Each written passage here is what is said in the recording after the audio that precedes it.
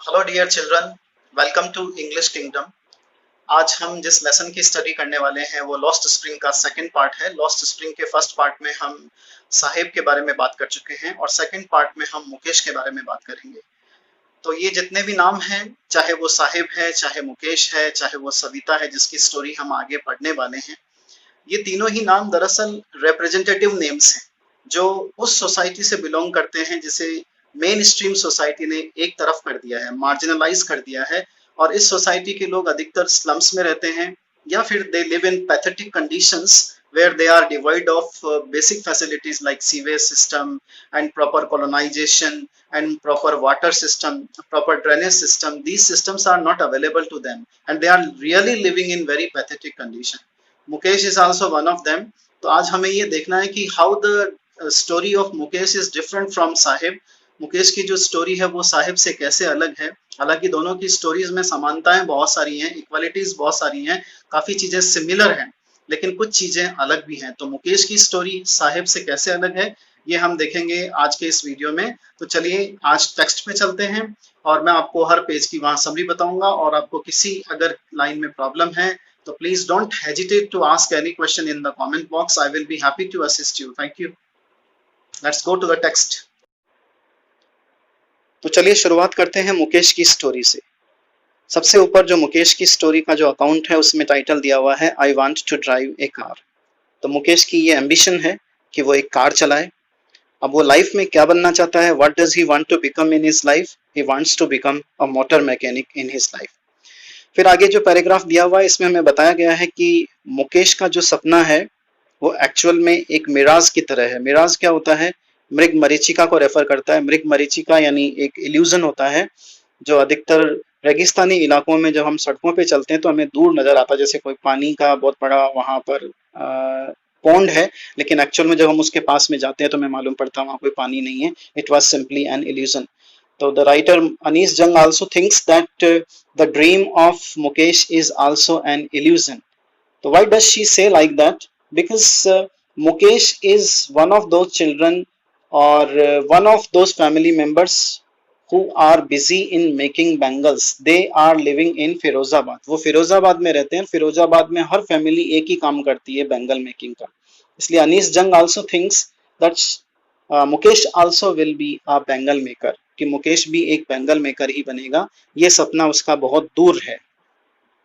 तो ये जितने भी फिरोजाबाद के लोग हैं ये सभी बैंगल्स बनाते हैं और ये जनरेशन से ये काम करते आ रहे हैं। कोई नया काम इन्होंने नहीं किया है और इसमें ये बड़े बूढ़े बच्चे ये सभी इसी काम में, बैंगल मेकिंग में लगे रहते हैं। तो this points out towards new social evil that is child labour, और ये चाइल्ड लेबर की तरफ इशारा करता है। And these children have to work in dingy cells. Dingy cells means suffocated cells, जहाँ पर कोई एयर नहीं है, कोई लाइट नहीं है, और फर्नेसेस जहाँ पर टेम्परेचर बहुत हाई होता है, भट्टियाँ जो चलती हैं उनके पास में इनको बैठकर काम करना पड़ता है। These children are unaware of their rights. ये जो बच्चे हैं अपने अधिकारों के प्रति जागरूक नहीं है या इनको पता नहीं है। they do not know that child labor is a punishable offense, कि child labor जो है एक punishable offense है। और if anyone complains to the police, अगर कोई पुलिस को कंप्लेन करता है तो जो चाइल्ड लेबर करवा रहे हैं इनसे उनको पनिश किया जा सकता है या उनको दंड दिया जा सकता है, and they can easily come out of that particular well. लेकिन इसमें कोई दबाव नहीं है, कोई प्रेशर नहीं है। This is their choice. ये उन्होंने खुद अपनी चॉइस से ये काम चुना है, क्योंकि अगर जिंदा रहना है तो उनको ये काम करना ही पड़ेगा। अगले वाले इस पैराग्राफ में बताया गया है कि मुकेश जो है is very excited to take Anees Jung to his home. Mukesh बहुत एक्साइटेड है अनीस जंग को अपने घर ले जाने में। And Anees Jung also in this way finds an opportunity to visit the homes of these people and what she sees there. क्या दिखाई देता है उसे वहां पर कि जो लेन्स हैं, ये जो उनकी नालियां हैं, नालियां पूरी तरह से बदबूदार हैं और जगह जगह कचरे से चौक हो रखी हैं, और जो सड़कें हैं वो सड़कें भी मडी हैं, और उनके जो घर हैं वो पुराने झोंपड़े हैं और पुराने झोंपड़ों में विंडोज नहीं हैं, और डोर्स जो हैं वॉबली है। वॉबली का मतलब टूटे हुए हैं, इधर उधर मूव करते हैं। और यहाँ पर जो पैथेटिक कंडीशन है कि animals and humans live together, कि एनिमल्स और ह्यूमंस साथ साथ में रहते हैं। सो the writer thinks as if she has come to a primeval state, writer को ऐसा लगता है कि वो किसी प्रीमिवल स्टेट में यानी किसी आदिम काल में आ गई है।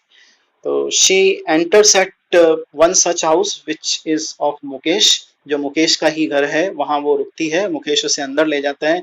And in the home she finds that one firewood stove is there, कि फायरवुड स्टोव है, वहां पर बड़े से बर्तन के अंदर पालक की पत्तियां पकाई जा रही हैं। Frail young woman is busy in doing the work, she is the wife of Mukesh elder brother, वो मुकेश के बड़े भाई की पत्नी है।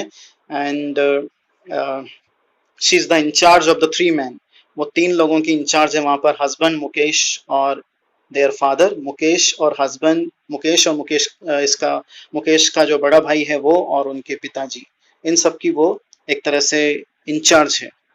So as soon as the old man of the house यानी मुकेश के father enters into the house, the बहू मीन्स मुकेश के जो बड़े भाई की पत्नी है, she withdraws herself behind the wall, वो अपने आप को पर्दे के पीछे छुपा लेती है, दीवार के पीछे छुपा लेती है। And she takes veil on his face, और अपने फेस पर वेल लेती, वेल मतलब घूंघट, यानी घूंघट प्रथा की तरफ इशारा कर रहा है। Then we come to know about Mukesh grandfather, Mukesh के ग्रैंडफादर के बारे में हमें इंफॉर्मेशन मिलती है कि पहले वो टेलर था, फिर बाद में बैंगल मेकर बन गया। And he has achieved nothing in his life, उसे अपने जीवन में कुछ भी अचीव नहीं किया है, सिर्फ एक हाउस को वो रेनोवेट करवा पाया है, और अपने बच्चों को स्कूल नहीं भेज पाया है, बस उन्हें वो सिखा पाया है केवल the art of making bangles, which he has taken the knowledge from his own ancestors, जो नॉलेज उसने अपने पूर्वजों से ली है, वही की वही नॉलेज उसने अपने इन बच्चों को दी है।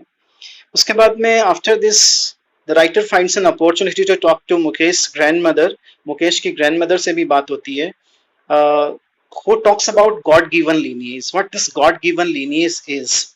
In ancient India you must have heard about four varnas, चार वर्णों के बारे में आपने सुना होगा, ब्राह्मण, क्षत्रिय, वैश्य एंड शूद्र।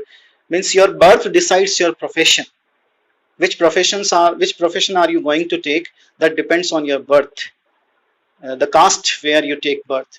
So यहाँ पर Mukesh is also born in the caste of Bengal making people, that's why he has to go with only Bengal making, उसे Bengal making ही करनी पड़ेगी, ये God given lineage है। and she thinks, the grandmother thinks कि ये भगवान ने दी है, that's why they cannot break that, वो उसे तोड़ नहीं सकते, if they break it that would be a sin, वो एक पाप होगा।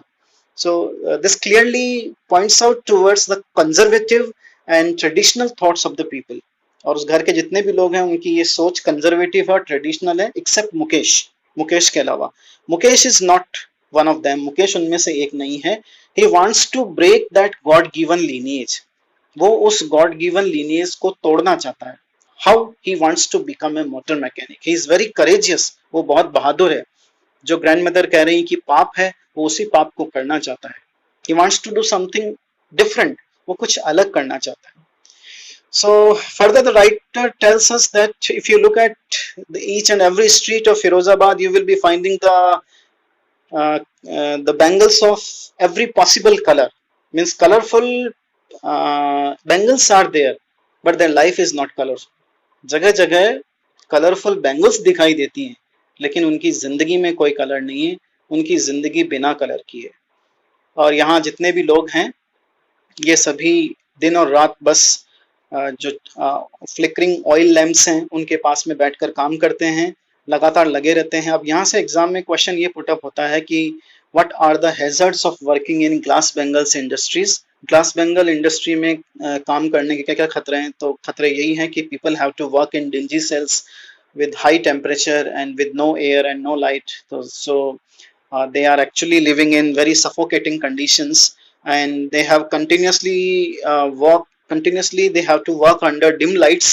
That's why many times they lose the brightness of their eyes also, and sometimes they lose their eyes, उनकी आंखों की का जो brightness है वो चली जाती है, and their eyes are more adjusted towards the darkness than to the light, और उनकी आंखें जो हैं लाइट के बजाय डार्कनेस की हैबिचुअल हो जाती हैं, और अधिकतर लोग अंधे हो जाते हैं इन ग्लास बैंगल्स इंडस्ट्रीज में करने के कारण। तो जितनी भी बैंगल्स कलरफुल दिखाई देती हैं, उतनी सुंदर दिखाई देती हैं।